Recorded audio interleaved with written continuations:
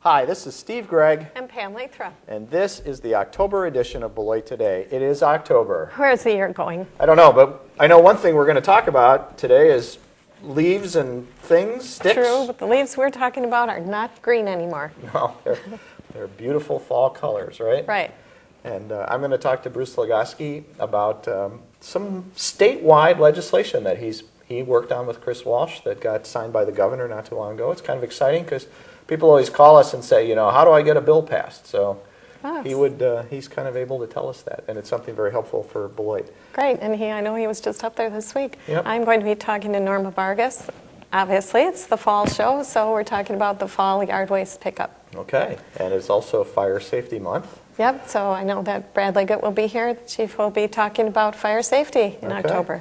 So it's kind of that in-between month. It seems like not Yeah. too long ago we were doing back to school. Now we're kind of gearing up for the winter, huh? Yes. Okay, let's put off snow removal as long as possible. All right. I know we had the snowplow rodeo, though, but it's not the same. That was a sunny day when we did that. True. So, okay, well, let's get started. Well, you can tell what season it is by the guests that we have on the show. And today we have Norma Vargas from the Department of Public Works Operations Division. Norma's here to tell us about the Fall Yard Waste Program. Hi, Norma. Hi, Pam. How are you? Good. Thank you for having me here. Yes, today I'm here to talk about the free fall curbside collection that begins on November 2nd through November 20th. The free fall consists of collecting all your leaves and grass clippings and putting them in a proper container or bag, paper bag, or a back to nature biodegradable bag. No plastic. No plastic. We do not collect plastic. You set it out on the curb along with your trash and recycling on your normal pickup day. The only thing the program does require a yard waste sticker of $1.25 is for your bundles of branches. That you bundle it up and you put your sticker and you set it out along with your curbside collection. Now remind us again how big those bundles of branches can be. The bundles can only be no bigger than 4 foot wide, 4 foot long, and 2 feet wide.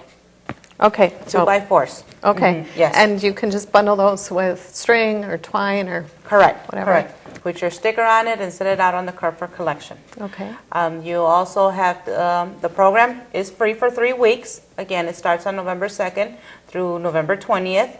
And your containers, you can put it on in containers, 39-gallon or less, no bigger than a 39-gallon container. It cannot weigh more than 60 pounds.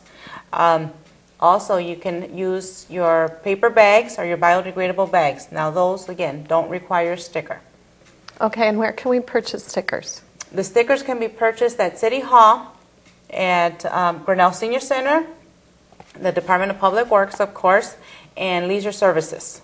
Okay.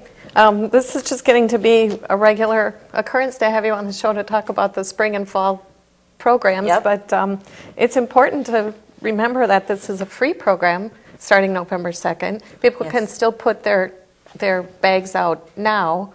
Correct. But they'll have to pay. Correct. So the free program doesn't start. And then you want to talk about the leaf vacuum subscription service. Along with our curbside collection on November 2nd through the 20th, we will have collection of leaf vacuuming service. It's a fee for $100. We come out once a week to your area and we vacuum them up. And you can call the Department of Public Works at 364-2929 and they will be able to give you more information. You come on in, you pay your fee, and you get your schedule, and you get on the list.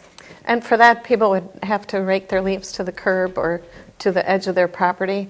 Yes. So that the vacuums could come? About 8 feet from the curb, and the vacuum will come around and vacuum it up and We come once a week around to your, we'll give you a schedule. Okay. And it is sort of important to remember to keep the leaves out of the curbs and the gutters. Correct. So we don't clog the sewers. Yes, yes, that is a big no-no. And yeah, it is actually an ordinance that we can't rake or blow leaves or grass into the street. So Correct. again, you know, if people don't have this calendar, we can show them on screen.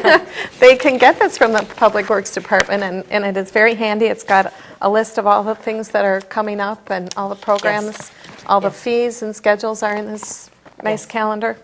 Yes, we do still have quite a supply of 2009, but the 2010 will be coming out either the first Sunday or the second Sunday of every year it comes out, and it comes in your shopper newspaper. Okay. So that's the way we get it out to the public. But if you need an extra one, the guys like putting it up on their garage, they'll just call us and they can either stop by, give us a call and say that they like an additional or some additional calendars, and we'll get them to them. Okay, great. Let's just repeat your number one more time for people if they have a question. 364-2929. And the program starts November 2nd through November 20th. Thanks, Norma. Oh, thank you, Pam.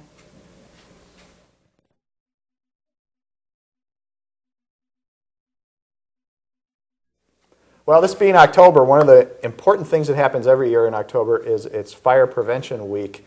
And, of course, we have this gentleman on the show, it seems pretty regularly now, H1N1 last month, and now we're going to talk about Fire Prevention Week. This is Brad Liggett, Fire Chief. Brad, first off, I think probably every week is Fire Prevention Week in the fire department, right? Absolutely. You know, the strategic plan for the fire department calls on us to make fire prevention very high priority. All of our strategies in the fire department dealing with life safety begin with prevention.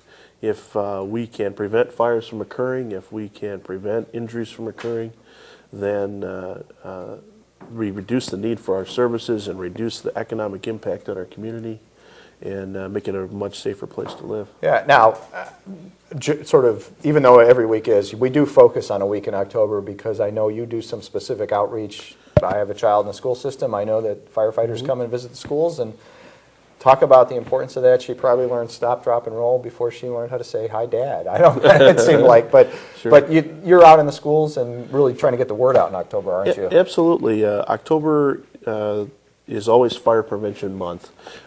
Specifically, they focus on National Fire Prevention Week, which is the first full week of October. It is centered around two major fires that occurred in the United States. One is the fire in Peshtigo, Wisconsin. It was a large forest fire that occurred in Peshtigo, Wisconsin. And then also the Great Chicago Fire occurred in the same time frame. The Peshtigo Fire, there was a greater loss of life and more damage than the Chicago Fire, but you always hear about Miss O'Leary's cow tipping over the lantern and the Great Chicago Fire. Yeah. So that's why it's in this month, and we focus on fire safety education in the schools. Each grade level has its own level or focus. We start with basic burn safety for children, and then we move into escape drills to make sure that they understand how to escape from a home. And then we progress to where they identify hazards in the home. And then finally teaching adult behaviors and disaster preparedness in the 5th grade. Okay. So we move through those different levels of training, and it's progressive each year. We do pre and post testing with the children so we can figure out what they're retaining.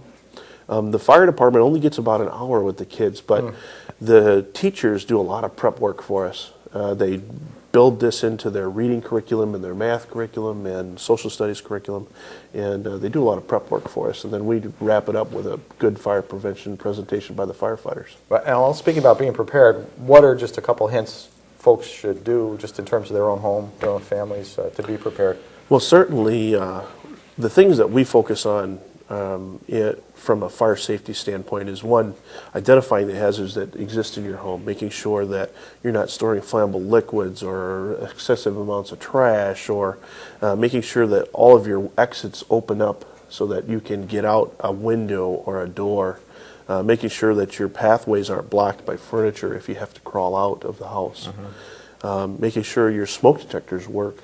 This is the month you guys suggest we put the new battery in, right? Absolutely. We turn the clock back or whatever. Yep. When you change your clock, you change your battery. That's Okay. that's the expectation. That. Yep. That's with the International Association of Fire Chiefs and Energizer battery and Railvac battery. They push that every year. It's a great program. Change your clock, change your battery.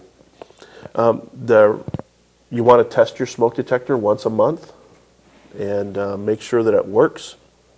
You're going to want to vacuum it out a couple times a year, make sure there's no dust or bugs or anything in it that would cause it to malfunction, and then make sure you're just changing that battery twice a year. This is also a time of year people are doing things like starting their furnace up for the first time, maybe after, obviously after not using it over the summer. And I know you get a lot of calls sometimes for gas leaks or something about a furnace, don't you? Sure, absolutely. During the heating season, we have these seasons of fire, in the summer months, and we have grass fires and wildland fires and trash fires and things like that. And it seems like in the winter months we have heating unit fires, cooking fires, activities that occur in the home cause fires there.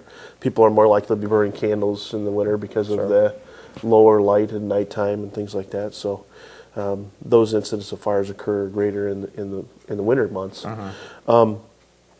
Most typically, when we have a problem with a heating element, it's as a result of an odor investigation. Someone starts up their furnace, there's dust on the burner, and that dust is what ignites and smells for a few minutes, and it usually goes away without any incident. Other problems we have are carbon monoxide alarms when heating units have a malfunction in their heating chamber, where there's a crack in it or a leak somewhere. We'll get carbon monoxide buildup, or a clogged chimney. We'll get carbon monoxide buildup in a home. The Wisconsin State Fire Chiefs is working on a mandatory carbon monoxide law right now, carbon monoxide detector law right now, and hopefully it will be introduced in this session, and we'll have the opportunity to require carbon monoxide detectors. We've had an increased number of incidents in the city of Beloit where folks have had faulty heating units, and we've had carbon monoxide poisonings. So it's really a big risk. Right. One of our own firefighters, his father, perished in a cabin, carbon monoxide poisoning. So it's really important to understand that it's a deadly gas. You can't see it, you can't smell it, you don't know it's there, and the only way to know it's there is a carbon monoxide detector. That detector, sure. You mentioned the state chiefs. Now you're the president of the State Chiefs Association, right now, aren't you? So that's quite an honor to be picked amongst your peers as the president. I was selected for the board about 6 years ago, and you move through the chairs and until I get to the president's position. I was selected as the president in June of this year and installed in June. I'm the fourth Beloit Fire Chief to serve in that capacity, and it's an honor to serve in their heritage and memory also. Sure. It's a great organization, to have the impact across the state in fire safety and fire service issues. Well, and as you mentioned, look at legislation and try to promote certain things. Well, that's great. That's pretty exciting. But thanks for taking a few minutes to talk about Fire Prevention Month. Thank you very much. Good help, good advice. Some of that stuff is on the fire department website? We do have some on the website. You're also welcome to stop by the station. We have literature that's available that wouldn't be available on the website. Okay. If you have small children that didn't receive something or were absent from school and you would like some materials, or you have a grandchild that doesn't go to our school district and you'd still like to get some of the materials we have, it's available at fire department headquarters. So, and if you want to do the web, you go to ci.beloit.wi.us and go to departments and fire department, and you'll find all that information. Yes. So good. I had to think for a minute because I have it on my favorites. I never have to type it in. Anyway, let's hope that it is a safe October for the fire department and that the rest of 2009 is too. And I know it's a little early, but we have the wreath at the holiday time with the lights, and we may have to come and talk to you about that. But let's hope that the year is safe for everybody. So thank you very much. Thanks, much. Brad. Yep. sometimes we get a call in the city manager's office and people say, how do I get a law passed or something like that? And today on the show, we have someone who can kind of tell us a little bit about that, because Bruce Legoski is with us today, and he's our he's our supervisor for terrorist operations with the Department of Public Works. I hope I got the title right, Bruce. Yes, it's very good, Steve. I mean, I know him as Bruce, and we call him when we need to get things done here. But anyway, Bruce was involved in a development of a program for mutual aid for public works departments throughout the state. And recently the governor just signed it, I guess, into law, right? Correct, Tuesday. So you can, if somebody says, how does one person or a few people get a law passed, you can tell us about it. But in particular, a little bit about this public works mutual aid. Maybe we should start with what is mutual aid, because maybe people don't know exactly what that is. Right, the mutual aid is basically if you have a disaster that hits your community and it's too large for your community to handle itself, we ask for a mutual aid, which is you have other communities come in and help you.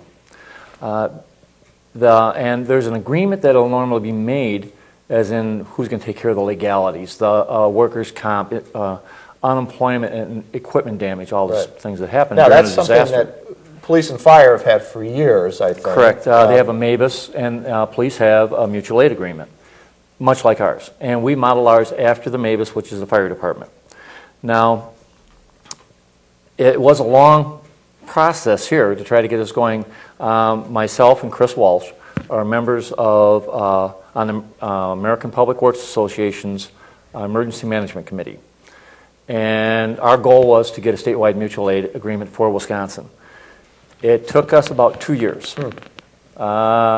We worked with Department of Military Affairs, who helps write it. And there's 4 members on this committee. A gentleman from Cottage Grove and a gentleman from West Bend.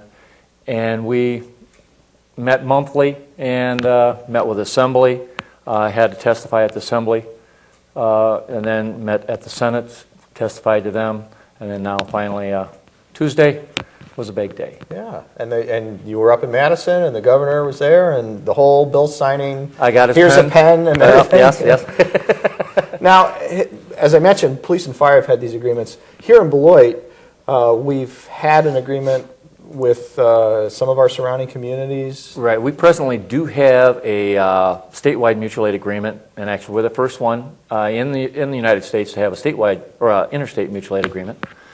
We're like the 4th or 5th to have the statewide mutual aid agreement. But our interstate is still in effect. This does not negate any of the agreements that we have with other communities. Like we have Clinton, Monroe, or Clinton, South Beloit, Rockford, Janesville, all these communities. We're still in this thing together. Mm-hmm. And we still have our resources that we're dealing with. And we're going to be having another meeting here soon as well. But this does nothing but complement what we have. So really, it instead of just kind of here in Southern Rock County, Northern Illinois, you now have access to resources statewide. Right. In the event you need them. In the event that we need them. I mean, you think about it, you have a tornado that comes into your community and just wipes out and makes a nice trail going, for how many miles? Well, all your resources in the area are gone. Mm-hmm. So now we can call Madison, we can call Milwaukee, we can call La Crosse. And if they're willing, and it's because they're not required to do it, but if they're willing, they will come in with resources and help us. And it works reverse, some else, right? Exactly. And everybody, all of our employees in Beloit are trained in NIMS, so they know on how to respond properly. So we're very proud of our folks in Beloit. You better explain a little bit what NIMS is now that you brought that. National Incident Management System, and it's how do you respond in a disaster, in an emergency. It doesn't have to necessarily be a disaster. Yeah, I've gone through the training myself, and it's pretty comprehensive, and you certainly come out of that feeling a little bit more prepared. Let me just ask you, you mentioned this took a number of years. I mean, you don't just sort of call somebody and say, hey, let's do this, and they say it's a great idea and make a couple copies and you're done, right? No. We met it was like the first year just to kind of get the proper legal language in, and so the Adjutant General approves it, so that way it doesn't, it's not against the law really is what it comes down to, and that it's going to be equitable for everyone. So after the number of tries of going through this and doing our editing, and the Adjutant General's legal secretary was going through it with us. Everything came out good, and then it starts going through the Capitol, through Assembly, and once you get up in there, nothing moves real fast. So it was a year and a half actually to get everything put through there. Was there? I'm just kind of curious because was there anyone opposed to it? I mean, sometime with legislation, there's people who come out against it. There was. We did have a group that was opposed to our mutual aid agreement, only because I don't think they completely understood it. We tried to explain the best we could, as in this is not mandatory, this is not going to hurt anyone. If you don't like it, you don't have to respond. And after they got through it a little more, they said, okay, I understand. And so it's, but it took, we had to speak. Chris Walsh spoke up at the Senate, I think on 2 different occasions to them, to the Emergency Management Committee. And we all spoke at the Assembly a couple times. So, and the last time it went around, everybody looked at it, and the senators understood it. And that was the big thing, get them to really understand it, because it is different for the state of Wisconsin. Right. Or the nation, and went through with flying colors. Well, great. Thanks for your persistence. I think really the bottom line is, doing this to make sure that citizens are protected and that their property is protected, and then if there is a disaster, we have the resources, or we participate with others to deal with disasters. That's really kind of what public service is all about. Yep, we want to help our communities, and it's the state of Wisconsin, not just Beloit. It's the well, and as you mentioned, a tornado comes through, it doesn't jump over one municipality and then go to the next. So you really have to all work together, and it's a good example of municipalities cooperating. So thanks for your efforts, Bruce. We may have you back on in a couple months. You can talk about snow removal, right? No, we'll be talking about EAB, Emerald Ash Borer. Oh, Emerald Ash Borer. Okay, well, Norma was on talking about leaves and things. I suppose that would have been a good segment. But we'll get you on again. So thanks, Bruce, for taking a few minutes today. Exciting story. Well, I think I better get home and start raking my leaves. I think so. I think I'm going to get home and start thinking about Halloween and all those trick-or-treaters coming to my door. Well, even though the sort of the season is winding down, there's still some road work and projects going on. We know that citizens have had to be a little patient getting to City Hall and to the post office, but there's a light at the end of the tunnel with that project. Yes, there is. And I guess we should remind people that the drop box for City Hall was relocated onto Watson Lane. People can still get to the drop box. I know we had a phone call about that this week. Okay. That's that road kind of in the front of City Hall. Right. It can access off of State Street. Right. And, you can still park in that one lot in City Hall, and also on Mill Street, and also in the Mill Street lot. And if you're going to the post office, one of those might be a little more convenient for you. But appreciate everybody's patience. It's going to look really nice. I know we've had the concept plan on the show a couple times, and but when you see it happening for real, it's still different than it looks on the drawing. Oh yeah, it's kind of fun to look out the window every day and see the machinery and see the progress. And being kind of a history buff, I think it's really interesting that they've come across some of the old foundation from the Freeman Shoe plant over there by City Hall, dig up in the back, and so it's kind of like a little Beloit history too. Yeah, it's amazing. True. Some old bricks.